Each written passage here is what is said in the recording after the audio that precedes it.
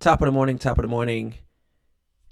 Is a private jet worth it or is first class worth it? Let's dive into this video and see the pros and cons of which one is worth it. First class feels luxurious until you compare it to a private jet. But in 20 these days, how big is the real cost difference? Today, we're breaking down exactly what you get for your money: comfort, time saved, and total price per flight. And one number might surprise you, because in some cases, flying private isn't as out of reach as you think. The base numbers, what you're actually paying. First class on major U.S. carriers for a coast-to-coast flight typically runs between $4,000 and $8,000 for a one-way ticket. That's for the big three: Delta One, United Polaris, or American's flagship First. International first class, you're looking at $15,000 to $30,000. Now let me pause you guys there. So he mentioned for the big three, American, United, and Delta, that flights in the United States will run you $4,000 to $8,000. He's right, but then he's wrong. What I'm going to say he's wrong there is because if you're a regular business traveler and you have points come from the credit card you get from the airlines. Each time you fly, you accumulate points. So once you accumulate points, when you go to buy your ticket, you can actually grab points that you've gained and put it towards the trip. So that way it won't be 8,000. It could end up being 3,000. So you have to understand how the game works. There's little ways you can save your ticket from being expensive. But if you're a regular traveler, if you're not a regular traveler, you travel your first time, then yes, he's right. You will have to pay that $4,000 to $8,000 for something like New York to Dubai or Los Angeles to Tokyo. These are the published rates, the ones you'll see when you're browsing online at 2 in the morning wondering if you finally made it. Now, private jets operate on a completely different pricing structure. You've got 3 main options: charter, jet cards, and fractional ownership. Charter is pay-as-you-go, and for that same New York to LA route, a light jet like a Citation CJ3 will run you around $15,000 to $25,000 one way. That's for the entire aircraft, which seats 6 to 8 passengers. A mid-sized jet, something like a Hawker 800 XP, you're looking at $25,000 to $35,000. And if you want the full experience with a heavy jet like a Gulfstream G450, expect to drop $50,000 to $70,000 for that single flight. But here's where it gets interesting. Let's say you're traveling with 3 other people for business. That first-class ticket just became $16,000 to $32,000 total for your group. Suddenly, that $20,000 light jet charter doesn't look so insane, does it? You're in the same ballpark, except now you control everything. Time, the hidden currency nobody calculates. Here's what the airlines won't tell you. First class doesn't save you any time at the airport. You're still showing up 2 hours early for a domestic flight, 3 for international. You're still waiting in line, even if it's a shorter one. You're still boarding 30 minutes before departure, sitting on the tarmac, dealing with air traffic control delays, and then waiting for your bags at the carousel. Let's do the math on a typical business trip. Commercial first class, New York to LA. Arrive at JFK 2 hours early. Board, 5.5-hour flight. 30 minutes deplaning and getting bags, 30 minutes getting ground transportation. You're looking at roughly 8.5 to 9 hours door to door if everything goes perfectly. And we all know it never goes perfectly. Private jet, same route. Arrive at Teterboro 15 minutes before departure. Walk directly to your plane. Board immediately. Same flight time, but often shorter, because you can fly direct routes commercial traffic can't use. Land. Walk off with your bags. Car. Waiting 20 feet away. Total time? 6.5 to 7 hours. And that's conservative. That's a 2-hour difference minimum. If you're billing $300 an hour as a consultant, lawyer, or executive, you just saved $600 in productive time. If you're traveling with 3 colleagues at the same rate, that's $2,400 in recovered billable hours on a single flight. Do this monthly, and suddenly the private jet math starts looking really different. The flexibility factor, what control actually costs. Commercial airlines, even in first class, operate on their schedule. You want to leave at 7:30 in the morning? Great. Here's a 6:45 option and a 9:20 option. Neither works perfectly, but you make it work because you have to. Meeting runs late, flight gets delayed, your connection disappears, you're spending the night in Dallas. Private aviation flips this entirely. You decide the departure time down to the minute. Meeting runs 2 hours over, the plane waits. Need to add a stop in Chicago before heading to LA? Done. Whether looking Yeah, you're right. Private aviation, you call the shots because you're paying top dollar. Yeah, obviously, if I'm flying with the big three or any airlines, I can't because I'm paying $1,200. But if I'm paying $20,000, yeah, I better be able to make the call. So once again, if you got the money to go private, go ahead and go private. It's probably a great experience. I've never done it, and I'm praying that one of these days, once we hit 1 million subscribers, I'll be able to do it and take you guys on that journey. But until then, I'm sticking with what my pockets can get me, which is a regular flight that I'll be there on time. bad, your pilot can adjust the route or departure time to avoid the worst of it. This isn't just convenience, it's control over your entire schedule. Stick around until the end to see the one scenario where first class actually beats private jets on cost per mile, plus the hidden fees that can add $10,000 to your charter bill if you're not careful. The real experience, beyond the champagne.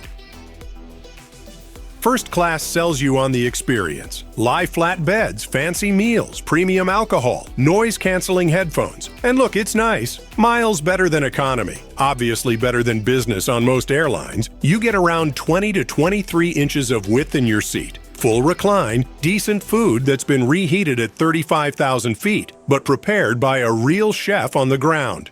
But you're still sharing a cabin with 30 to 50 other people.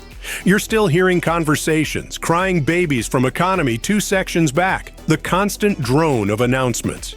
Your meal comes when the crew decides to serve it. You watch movies on a screen that's been touched by 3,000 hands, and your privacy extends exactly to the edge of your seat.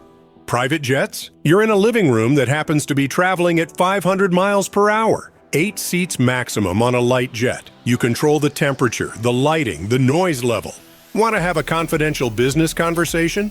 No problem. Need to take a call mid-flight? Many jets have Wi-Fi that actually works, and you're not annoying 60 other passengers.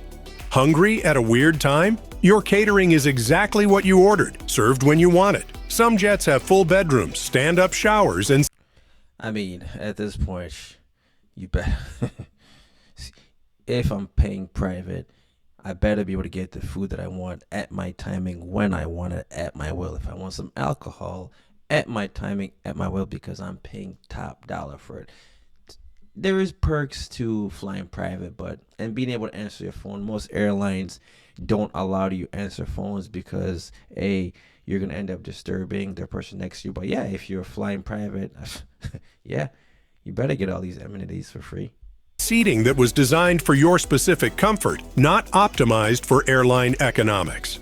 The privacy alone is worth calculating. How much is it worth to you to discuss a merger, review confidential documents, or simply work without someone looking over your shoulder? For some industries, that's not a luxury, it's a requirement. Jet cards and fractional, the middle ground. If you're flying private more than 5 to 10 times a year, straight charter starts to make less sense than a jet card or fractional ownership. Jet cards work like a prepaid debit card. You buy a certain number of flight hours, usually starting at 25 hours, and you get locked-in hourly rates plus guaranteed availability. You're looking at roughly $150,000 to $250,000 up front for that 25-hour card on a light jet. The math works out if you fly consistently. You're paying about $6,000 to $10,000 per flight hour, which is less than one-off charter rates, and you avoid most of those surprise fees. Plus, you can call and have a plane ready with as little as 6 to 24 hours notice, depending on your card program. Fractional ownership is the next level. You buy a share of an actual aircraft, typically 1/16th minimum, which gets you about 50 flight hours per year. A 1/16th share of a mid-sized jet costs around $500,000 to $700,000 up front, plus monthly management fees of $10,000 to $15,000, plus an occupied hourly rate of $3,000 to $4,000 when you actually fly. Yes, that's expensive. But if you're flying 100 hours a year, fractional actually becomes cheaper per hour than jet cards and way cheaper than one-off charters. Plus, you can often sell your share later and recoup some of your investment. When first class actually wins. International long-haul routes are where first class still dominates for most people. New York to Singapore, 14,000 miles round trip in first class might cost $25,000. A private jet making that trip? You're looking at $300,000 to $500,000. Easy. The aircraft needs fuel stops, crew rest requirements kick in, you're paying for positioning, and the flight time is so long that the time savings become marginal. Similarly, if you're a solo traveler flying domestically without major time constraints, first class makes perfect sense. That $4,000 first class ticket versus a $20,000 charter when you're alone? The math is simple. Yeah, as you hear that. So flying international, obviously first class private jet is not worth it because you're using a smaller jet and you're gonna have to stop multiple times to get refueled. And number two, if you're flying with one of the airlines, Emirates, Singapore, anybody else, once you pay, yeah, he said the price for first class is like $4,000 to $8,000.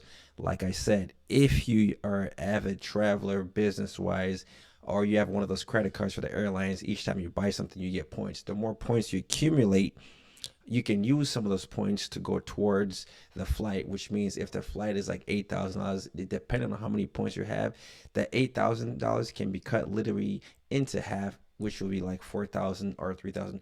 It all depends on how many points that you have. So in this airline industry, there is ways, shortcuts to saving money, and the shortcuts to saving money is basically having a credit card and you accumulate points with it. The more points you accumulate, the cheaper your ticket will be. You'd need to be valuing your time at astronomical rates for private to make sense. The real reason people choose each. Money isn't everything, and the decision often comes down to what you actually value. First class is accessible, predictable, and doesn't require managing relationships with charter companies or understanding aviation logistics. You book a ticket, show up, get treated well, arrive at your destination. For 95% of travelers, even wealthy ones, this is perfectly adequate. Private jets are about control and efficiency at the highest level. You're not just buying a seat, you're buying command of your entire travel experience. The plane waits for you, not the other way around. For some people, that control is worth 5 times the cost. For others, it's an unnecessary extravagance when first class does the job fine. There's no universal right answer, only the right answer for your specific situation, your income level, your travel frequency, and what you're actually trying to accomplish when you fly. If you enjoyed this glimpse into the world of ultimate luxury, a like and a subscription would mean the world. So that is the end of the video. If you ask me, there's pros and cons. First class, private jet. If you're flying in the States and you have the money, you want to get somewhere quickly, that's the way you go. If you don't have the money and you just want to save, then you go with the regular airlines, because with the regular airlines, I think you have an advantage because you earn points. Each time you fly, if you have a credit card with the airline, you're getting points and points and points you're accumulating. You fly private, your money just goes out the window. Like, there's no saving anything. So if I had to make a choice, a recommendation, I would definitely say commercial is the way to go. But if you have stupid money, which is billionaire money, then yeah, fly private, because the money you just spent on that $30,000 flight, you're going to get it right back. So, hey, some people fake it till they make it. I always say get your money up, travel. I am Sony Reviewed It. Like, comment, subscribe to the channel. We just saw private jet versus commercial flights. I'm choosing commercial. Leave me a comment in the comment section, or let me know, what do you prefer, private jet or do you prefer commercial? Until next time, world, happy birthday to anybody out there. To all my good and bad people, don't forget to travel.